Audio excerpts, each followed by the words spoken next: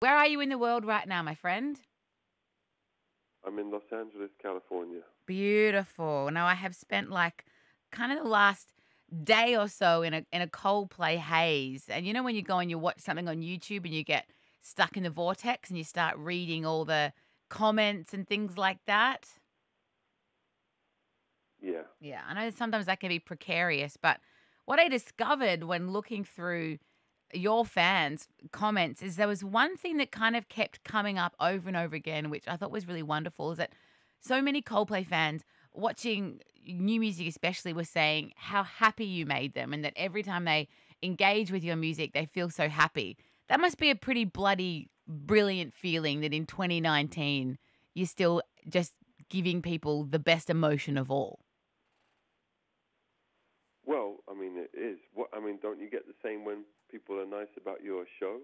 Totally. It's the whole reason for doing it, I think. Well, I don't think I know. Mm, that's That means everything to me, and yeah. that's so I wonderful. don't read YouTube comments anymore Yeah, or look online good. at all because otherwise I would go mad. Yeah. So thanks for telling me the nice ones. Yeah, no, there were no bad ones at all. I'm just passing on everything I read, which was just a general 100% review that Coldplay make me very, very happy. At what point was there ever a point Awesome. where you were kind of more engaged or kind of living more in that social media world, and then you kind of gave it up, or have you always kind of had that very healthy detachment from it all? No, I think that around every album I'll slip a couple of times and it never Mm. ends well. So around this one I haven't done that because I've learned my lesson. Good man. I've learned my lesson. That I don't need to look at anything. Good man, absolutely. And one of the things I personally love about engaging with you guys online is your kind of lists of songs that you're listening to. And I know in the past, that's how I discovered Stormzy years ago. That's how I discovered Christine in the Queens years ago, which has been fantastic because I Cool. love both of those artists now, thanks to you. Hey, thanks, Ash. Now, tell me, as I just said, I am Lebanese, and I think when anything happens that's like remotely close to like the Middle East or around our culture, I think we all get really excited. So I'm really interested in the fact that you've decided to do your first performance of this album slash double album in Jordan, which is magical, and there seems to Yeah. be these kind of really nice or arabesque Middle Eastern kind of themes throughout it. So tell me about it. Where did that come from? Why Jordan?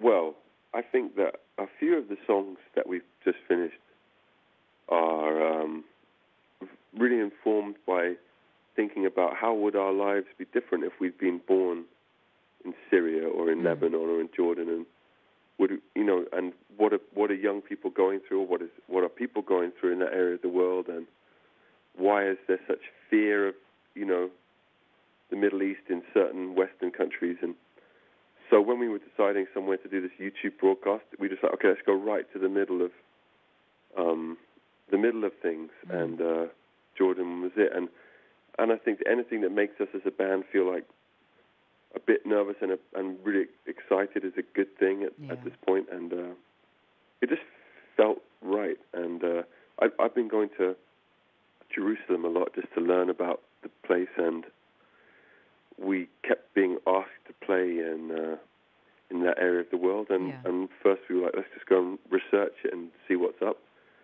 And this is our first foray into playing around there.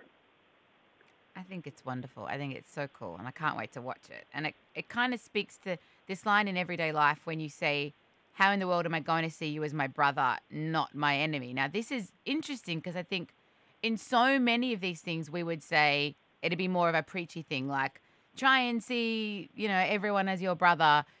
These people aren't your enemies. Well, we're all the same. But you're putting this on yourself, which I think is a really interesting way of saying it. How in the world am I going to see you as my brother? Tell me about that and why you decided to kind of make the lyric that way. Well, that's a really great question, Ash, and I think that so much of what we're singing about at the moment has got that through line of hey, wouldn't it be better if we all understood that we're one family on one little rock in one little solar system? And I really genuinely believe that. And then stuff happens every day to really throw you off that. Either someone's a real pain, or someone's doing something that you really don't agree with, or you feel heartbroken by someone, or you feel... So I think that although that's really my credo of like how I really think, still every day I have to get back to that place, because other stuff gets in the way of seeing everyone as your brother. You know what I mean? It's much easier to see everyone as your enemy. Absolutely it is. And I think it's really interesting to me that, and I speak to a lot of artists, right? And I feel like in pop music now especially, there seems to be this like joy that's coming through in a lot of music, which I think is it's a really beautiful thing. And I think for me, music is joy. And I'm so happy that we're getting this joyous music, even from the likes of, Taylor Swift and Ed Sheeran. And this is kind of your take on where we are in the world right now. And I think it's interesting that Coldplay, that you've gotten a little bit more, not political, that's such a lame word, but I love that you're putting this album out now. Do you believe that, like, more than ever, this is, I don't know, the moment then that people, I guess we've always needed to hear these messages, haven't we? But it feels like now more than ever. Well, I think after we finished our last album and the last tour, and we did the Super Bowl and we did all these amazing things, and we sort of got to this place where the only thing really to do is just to follow your muse and follow your heart and not worry about commercial stuff or critical stuff or anything, but just go where the music wants you to go. And that's just what this is. So it's very raw and unfiltered, and we haven't really done that before. So I don't know how anyone will feel about it, but it just feels right to do it. That's awesome. Like that. That is really, really cool. And I feel we all feel like, well, Coldplay, you can do whatever you want, and you can, release the kind of music you want to release. But that is quite a gutsy thing to do, even for you guys at this point in your career. And at what point do you decide whether you want to, tour it or not? Because, a Coldplay tour isn't just a couple of guys, strumming their instruments on a stage. It's this bigger thing, and maybe it'll be different this time around. But how do you boys decide whether to tour? Do you sit down and, look at your lives and make the call, or are there higher ups? Or it's a feeling. Ah, cool. It's a feeling, and we definitely have that feeling, but it's not quite yet. So you put the music out and then wait for the feeling to evolve into a more urgent feeling of, let's pack our bags and do this. Yeah, or maybe we've got to go and hibernate and finish some other, you never know. I love this word hibernate. Could you use the word hibernate when you announced this album was coming out? And I would love to know what Coldplay hibernation looks like. It's very,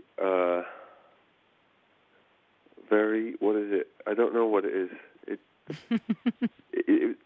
It makes you forget that you were ever in a famous band. Wow. And that, I think, is the way to be able to try and see if there's any new songs around, if that makes any sense. Yeah, I think if you could... So the idea right now of playing a stadium or something, I just feel like that's just a different person. I can't imagine doing that. Wow, and I think that means I'm still in a bit of hibernation mode. I think if you could bottle that feeling and sell it to a lot of artists at the moment, they would pay a lot of money to be able to disconnect like that and get back to a place where they felt like a normal human being again who wasn't famous. How did you how was it? Is it just time and age that you're able to do that? Yeah, well, let's just be real. And, the band is pretty famous, the name of the band, but, none of us are as individually famous as a Kardashian or something like that. And so it's a different type of thing. I mean, it's more just of a mindset, It's a very different mindset doing a stadium tour than it is trying to, sing about the things we're singing about at the moment. And it's just a switch that you have to trigger.